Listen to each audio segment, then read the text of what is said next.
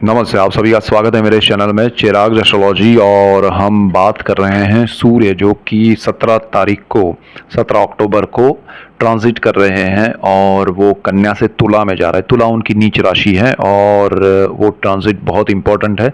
एक तो राहु के सामने से दूर जा रहे हैं तो अच्छी बात हो रही है, लेकिन उसी से अलग कुछ हो रहा है कि सूर्य तुला में जा रहे हैं, लिब्रा में, जो उनकी नीच राशि है। तो हमने मेष का देखा था। मैं ब्रीफ में सभी का आज दूंगा क्योंकि बहुत नज़दीक में, मतलब कल ही उसका ट्रांजिट हो रहा है। तो यहाँ पर लेकिन मेजर पॉइंट्स होंगे, इंपॉर्टेंट पॉइंट्स होंगे, सो डोंट वरी।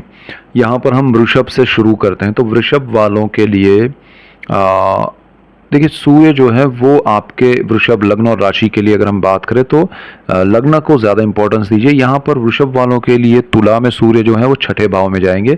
वृषभ वालों को सूर्य ये एक महीना रहेंगे, ठीक है। तो 17 अक्टूबर से 17 नवंबर, तो 17 अक्टूबर से 17 नवंबर आपको ध्यान रखना है आपके जॉब में, क्योंकि आपके छठे भाव में ये सूर्य का भ्रमण होगा। रोग, ऋण, शत्रु और आपका जॉब। तो आपको जॉब में कोई बड़ा बदलाव या उसके लिए आपको बड़ा कुछ करने की ज़रूरत नहीं होनी चाहिए। आपको स्ट्रेस लगेगा, नया कोई प्रोजेक्ट आया है सामने से, अगर आपने लिया तो और ज़्यादा स्ट्रेस होगा, लेकिन आपको थमा दिया गया कि आप ये कीजिए, तो आप कीजिएगा। एक महीना स्ट्रेसफुल रहेगा लेकिन उसके बाद अच्छा रहेगा। लेकिन ये समय आपको निकालना पड़ेगा। उसमें भी अगर कोई विदेश की कंपनी का है तो वो आपको आगे चल के बेनिफिशियल होगा, क्योंकि सूर्य जहाँ नीच राशि में है बिल्कुल सामने उसकी उच्च दृष्टि पड़ती है 12th हाउस पे। तो आपके लिए क्या है कि अगर विदेश या आपके होम टाउन या जहां आपका बर्थ प्लेस है वहां से कम 300 किलोमीटर की रेडियस से अगर आप दूर जा रहे हैं तो आपके लिए अच्छा है, आपको लाभ होगा। या दूर कुछ वहां से काम आ रहा है तो आपको लाभदायी होगा, चाहे वो दूसरे स्टेट में हो, दूसरे कंट्री से हो, तो आपको वहां से लाभ होगा। जो लोग विदेश जाना चाहते हैं उनके लिए अच्छा है, लेकिन विदेश जाना चाहते हैं उनके लिए अच्छा है, लेकिन क्या है कि आपको ध्यान रखना है कि आपका करंट जॉब है उसमें कोई गड़बड़ी ना हो या आपके लिए कोई पॉलिटिक्स ना खेला जाए, क्योंकि शत्रु स्थान में भी सूर्य है और सुख भाव के मालिक है आपके लिए। तो सूर्य का यहाँ इस तरह से आना वो आपके लिए सुख में थोड़ी कमी कर सकता है, सुख की अनुभूति कम कर सकता है। और दिवाली का टाइम है, थोड़ा स्ट्रेसफुल जा सकता है और ये आपको ध्यान रखना पड़ेगा। नेगेटिविटी ज़्यादा आपको फील होगी, लेकिन क्योंकि गुरु आपके पहले स्थान में चल रहे हैं ट्रांजिट में आपके माइंड और थॉट्स पे, तो वो कहीं ना कहीं आपको पॉजिटिविटी देंगे। सो डोंट वरी, आपके लिए ये समय उतना नेगेटिव नहीं होगा। लेकिन हाँ, आप सूर्य है सरकार से या सरकारी चीज़ों से, सरकारी बातों में अगर आपने कोई भी गलत कुछ किया, या जो लोग सरकारी नौकरी कर रहे हैं उन्होंने कुछ गलत किया, तो ये सूर्य उनको पनिशमेंट देगा। या फिर वो ऐसा कुछ गलत कर सकते हैं, कभी नहीं किया लाइफ में, अचानक से आपने गलती कर दी और आपका पूरा लाइफ का एक बहुत बड़ा बदलाव आप देखेंगे, वो नेगेटिव होगा। तो ऐसा ना हो। जो लोग सरकार से जुड़े हुए हैं, सरकार से प्रोजेक्ट्स करते हैं, चाहे आपका प्राइवेट जॉब है या कंपनी है, बिजनेस है, उनको भी ध्यान रखना चाहिए।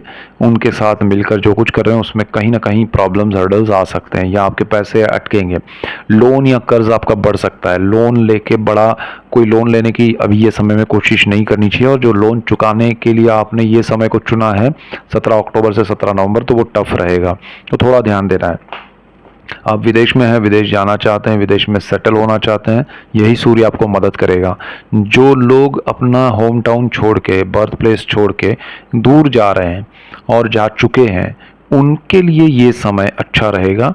और आपके लिए रोग की अगर हम बात करें तो आपको मानसिक रूप से स्ट्रेस ज़्यादा रहेगा, ब्लड प्रेशर पे इफ़ेक्ट्स होंगे और आपको अपने अर्ली मॉर्निंग में आपको जल्दी से उठकर धूप दीप पूजा पाठ करना चाहिए और वो आपके लिए लाभदायी होगा। जितना आप अपने माता से कनेक्ट होंगे या उनके लिए कुछ कर पाएंगे तो आपके लिए बेटर होगा। और प्रॉपर्टी से रिलेटेड आपको थोड़े बहुत हर्डल्स, प्रॉब्लम्स देखने मिल सकते हैं। तो उसमें थोड़ा डॉक्यूमेंट्स वगैरह, अगर कुछ सौदा कर रहे हैं आप प्रॉपर्टी लेने का या बेचने का, खरीदने का, बेचने का, तो थोड़ा ध्यान रखिए। सो ये मेन पॉइंट्स थे आपके लिए। इसके बाद हम बात करेंगे मिथुन लग्न और राशि के लिए। तो मिथुन लग्न के लिए क्या है कि ये जो स्थिति बन रही है वो आपके पंचम भाव में हो रही है। सूर्य आपके पंचम स्थान में आएंगे और ये स्थिति जो है वो बहुत इंपॉर्टेंट है। पंचम भाव जो है वो प्रेम का है, विद्या का है, संतान का है, स्टॉक मार्केट है, और सूर्य वहाँ पर नीच राशि में आ रहे हैं। तो मिथुन वालों को अपने बच्चों के लिए, पहले तो जो लोग चाइल्ड प्लानिंग किया है या करना चाहते हैं उनको ये समय में खास ध्यान रखना है। दूसरा, आपके बच्चों की पढ़ाई के लिए अगर आपने ये समय में उनके एग्ज़ाम्स आ रहे हैं तो उनको सपोर्ट कीजिए, उनका ध्यान रखिए, उनका ख्याल रखिए, और उनको कहिए कि अगर कोई बड़ा उनको रिज़ल्ट चाहिए या बड़ा कुछ उन्होंने प्लान किया है एग्ज़ाम देके अचीव करने का, तो हो सकता है उनको उसमें कम रिजल्ट मिले, कम मार्क्स आए, तो वो पॉसिबल बनेगा। लेकिन अगर ये 15-17 नवंबर के बाद का समय है तो कोई प्रॉब्लम नहीं आएगा। अभी का समय उनका, सपोज़ किसी के एग्ज़ाम दिसंबर में, लेकिन ये समय उन्होंने पढ़ाई के लिए प्लान किया तो ये समय में मैक्सिमम रुकावटें आएगी। तो they have to very clear कि भाई ये समय में जितना हो सके ज़्यादा ध्यान देना है। और बाकी का इसके बाद वाला 15 नवंबर के 17 नवंबर के बाद वाला समय है, उसमें मुझे और ज़्यादा रिकवर करना पड़ेगा, क्योंकि ये समय में कितना भी प्लान करेंगे वेस्ट जाएगा टाइम आपका। तो थोड़ा वो समझ के चलिए। अगर आप खुद स्टूडेंट है तो आपको भी उस तरह से खुद को प्लान करना पड़ेगा। मिथुन वालों को क्या है कि बुध उनका कुंडली का मालिक है और ये स्थिति जो है वो न्यूट्रल प्लैनेट है बुध, तो वो आपको माइंड थोड़ा वेवरिंग कर देता है कभी कभी। और यहाँ पर दूसरी चीज़ क्या है कि सूर्य आपका साहस पराक्रम का मालिक है, थर्ड हाउस का। तो वो थर्ड हाउस जो है उसके हिसाब से अगर आप कोई साहस करने जाएंगे कोई जॉइंट वेंचर में, अगर थर्ड हाउस जो है ब्रदर सिस्टर का भी है तो उनके साथ भी थोड़ा रिलेशन खराब हो सकता है, प्रॉब्लम्स हो सकते हैं। तो मन शांत रखें, मौन रहें और ज़्यादा नेगेटिव अप्रोच ना रखें जो चीज़ें हो रही है आसपास में। टाइम बीइंग इफेक्ट है, सूर्य एक बार 1 महीने बाद निकल जाएगा, फिर सारी चीज़ें नॉर्मल हो जाएगी। सो चिंता नहीं करनी है। यहाँ पर मन शांत रखने के लिए मेडिटेशन कीजिए, योगा प्राणायाम कीजिए, पूजा पाठ कीजिए, जिसका भी आप करते हैं ये अच्छा रहेगा आपके लिए। और बड़े साहस में ना उलझे, ब्रदर सिस्टर के साथ भी कोई जॉइंट वेंचर में कुछ ना करे तो बेटर रहेगा। और स्टॉक मार्केट में सूर्य देखिए कारक जो कुंडली है का काल पुरुष की, उसमें पंचम भाव के मालिक है और अभी पंचम भाव में ही आ रहा है, तो कारक भी है स्टॉक मार्केट के। जैसे शनि है, पंचम भाव के कारक शनि सूर्य है और स्टॉक मार्केट के मालिक शनि है, और सूर्य यहाँ पर नीच राशि में और शनि की उच्च राशि में आ रहा है। आपके लिए ये समय में बहुत नेगेटिव रिजल्ट्स मिल सकते हैं शॉर्ट टर्म के, कुछ भी जो उसमें होता है शॉर्ट टर्म के लिए, तो उसमें जाइएगा मत। लॉन्ग टर्म से बेनिफिट होगा, नहीं होगा तो चलेगा, लेकिन शॉर्ट टर्म में लॉस ज़रूर होगा। तो ध्यान रखिए। प्रेम के मामले में भी यहाँ आपको स्ट्रेस लगेगा, थोड़ा नेगेटिव लगेगा, सो यहाँ ध्यान रखिएगा थोड़ा बहुत अपना। और सूर्य की उच्च दृष्टि पड़ रही है आपके 11th हाउस पे, सोर्स ऑफ इनकम पे। तो देखिए यहाँ आपको बड़ा कुछ साहस नहीं करना है, सूर्य साहस का मालिक होकर नीच राशि में है।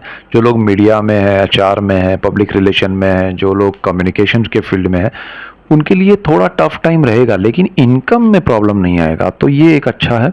आपका सोर्स ऑफ इनकम अगर नहीं है तो आ सकता है, बढ़ सकता है। इवन जो लोग गवर्नमेंट जॉब में हैं या नहीं है तो उनको जॉब के ऑफर भी आ सकते हैं, लेकिन और है उनको प्रोग्रेस का कुछ मिल सकता है अवसर, लेकिन वो जो होगा अवसर वो आपको उस जगह पर नहीं मिलेगा जहां आप चाहते हैं। वो थोड़ा टफ रहेगा, थोड़ा स्ट्रेसफुल रहेगा, आने वाले 1-2 साल तक उसका इफेक्ट रहेगा।